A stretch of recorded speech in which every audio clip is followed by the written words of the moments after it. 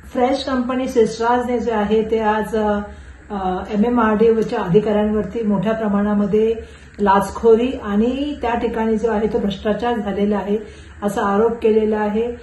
जे दर आहे त्या दरामध्ये वाढ करणं, त्याचबरोबर पेमेंटला आहे ते डिले करणं आणि मोठ्या प्रमाणामध्ये हॅरेसमेंट करणं अशा तऱ्हेचा जो आहे तो आरोप फ्रेश कंपनीच्या माध्यमातून लावण्यात आलेला आहे।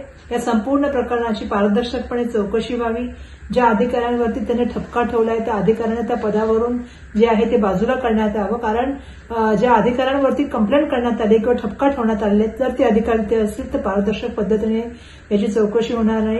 राज्याचे मुख्यमंत्री सातत्याने सांगतात की पारदर्शकपणे कारभार असणारे, स्वच्छ कारभार असणारे देशाचे पंतप्रधान सांगतात ना खाऊंगा ना खाणे दूंगा, परंतु जर वास्तविकता बघितली तर आज आपली जागतिक स्तरावरती जी आहे ती आपल्या सगळ्यांना माहिती आहे की आपली पत असेल, प्रतिष्ठा असेल, त्याला जे आहे ते कमी करण्याचं काम यांच्या माध्यमातून झालेलं आहे आणि जे मोठ्या प्रमाणामध्ये जे आहे ते सांगायला पाहिजे, खपण्यासारखं नाही। आणि त्या संदर्भामध्ये खेद व्यक्त आम्ही करतो की इंटरनॅशनल लेव्हलला मागच्या काळामध्ये सुद्धा आपण बघितलं असेल की अमेरिकेच्या कोर्टाच्या माध्यमातून अदानी समूहावरती मोठ्या प्रमाणामध्ये आरोप झाले होते, त्यावेळेस सुद्धा देशाच्या पंतप्रधानांनी जे आहे ते चुप्पी साधण्याचं काम केलं।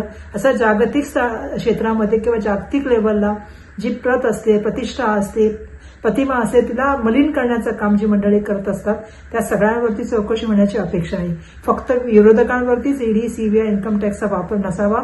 या ज्या सरकारी यंत्रणाच्या बाबतीमध्ये आता मोठ्या प्रमाणामध्ये जी त्या ठिकाणी आरोप झालेले आहेत भ्रष्टाचाराचे, त्याच्या बाबतीमध्ये सुद्धा येणाऱ्या काळामध्ये सीबीआय इन्क्वायरी व्हावी ही सुद्धा मी त्या ठिकाणी मागणी करते।